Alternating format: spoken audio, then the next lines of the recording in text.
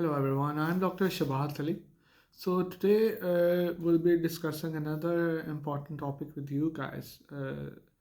That what would be the reasons of feeling any kind of irregularity in your heart rate or heartbeat? You know, if so, you are having some kind of weird feeling about your pulse or heartbeat. So what could be the possibility? I'll be describing or giving a very brief overview regarding what could be the possibility and what should you guys do in that scenario. Okay, so I would like to request you guys, like, if you like my channel, kindly subscribe it, kindly click on bell icon so that you can find various videos regarding various topics. It will be in different languages, and I always try to make videos for different topics so that you can understand various things in terms of your health, especially about your heart, in simple language. Okay, so today we'll be discussing what could be the possibilities or what could be the reasons behind, like, if you are having some kind of I must say weird feeling, or any changes you feel that something happening with your heartbeat or heart rate or pulse, or if you are having any chest discomfort and you are feeling about palpitations or difficulty in breathing or anything like that, or any chest pain associated with increase in your heart rate. So what could be the possibilities in your pulse or heartbeat? Okay, so especially in young, if you are a smoker or any drug intake history, and if you are feeling that suddenly you are having some kind of weird feeling and something happening in your chest or about your heart or heart rate.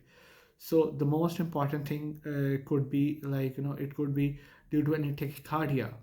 I'm talking about young, or especially, like, if you are having no other comorbidities or no previous history. So that could be one of the reason, tachycardia, or you could be having a specific arrhythmia. One of the I'm giving you just one example of tachycardia, which is the most important, or daily routine. In our daily practice or daily routine, we usually find various young people, boys or girls, coming with similar symptoms, like sudden development of irregularity in their heart rate. And when you go with their ECG, you usually find that they are having tachycardia, and most commonly is SVT.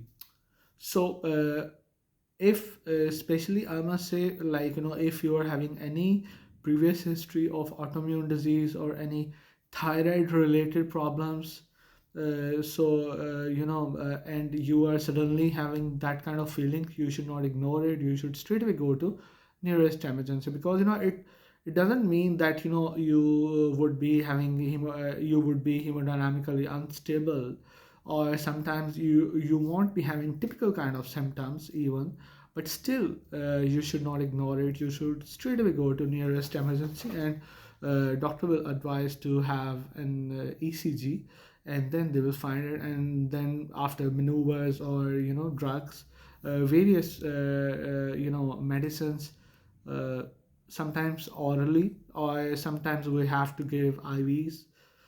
So you will be feeling better, and then you will be discharged after a few hours observation, if it would be the first time and no specific reason.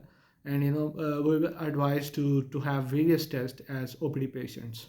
So this is the most important uh, you know I must say, presentation in our ERs. So another important thing, especially after 50s, or if you are having any previous heart related issues, uh, one of the possibility could be bradycardia or heart blocks. So again, you will be feeling any discomfort in your pulse or heart rate or your beats.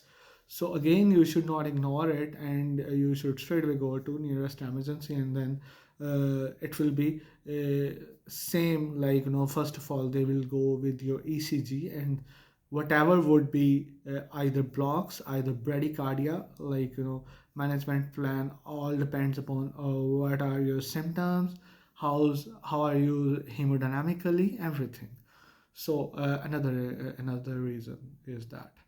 So the most important again, uh, related to your pulse, if you're having any irregularity of your pulse, again I must say, and especially if you are having history of renal disease or any autoimmune disease, if you are having some kind of like infection going on for few days or several weeks, or if you are under treatment for you are under treatment for any disease, and it's I must say about few weeks or months, you can be having that possibility as well. And another very important reason, that if you are having any acute or chronic diarrhea, vomiting, any gastro related or any other disease which could cause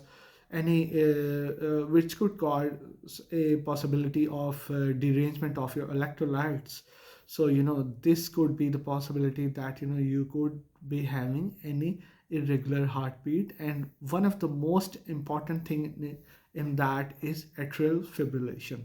So time is the game in that again, because management plans changes when you present to us or in ER or to a cardio person. Like if you are having, if you don't have any good setup near to your hospital, please don't ignore this, or you should be having or you should be going for your ECG at least. That is the minimum. And please, please, please, we have seen in Pakistan, like I must say, this is the wrong practice, that everyone is just having IV fluid straight away, not going basic investigations. You should not ignore these. I'm talking about those scenarios when you just go to your nearest GP, or good hospital setup is very far. So please don't do that, or don't ignore these things. At least you should be having ECG, or and kindly keep that in your record. So these are the basic thing, I must say. So basic ones. What could be the possibilities? Tachycardia, bradycardia, increase in your heart rate could be the possibility. Decrease in your heart rate can be heart block, or it can be irregularity in your heart rate. So these four are very, very important. So we need to look into those, or investigate those, to prevent any kind of complication. Okay. And especially at last, I must say that if you're having any kind of fainting episode in between, so although nothing is ignorable, but this is not ignorable at all. And as I must briefly tell you that what could we advise if you are coming to, and I must say that if you are coming to us, and ECG come out to be normal, but your symptoms or history was very typical related to any disease. So we can advise 24 hours Holter to what is that? It is like 24 hours ECG monitoring of your patient. Okay. Thank you so much. Take care. Bye bye.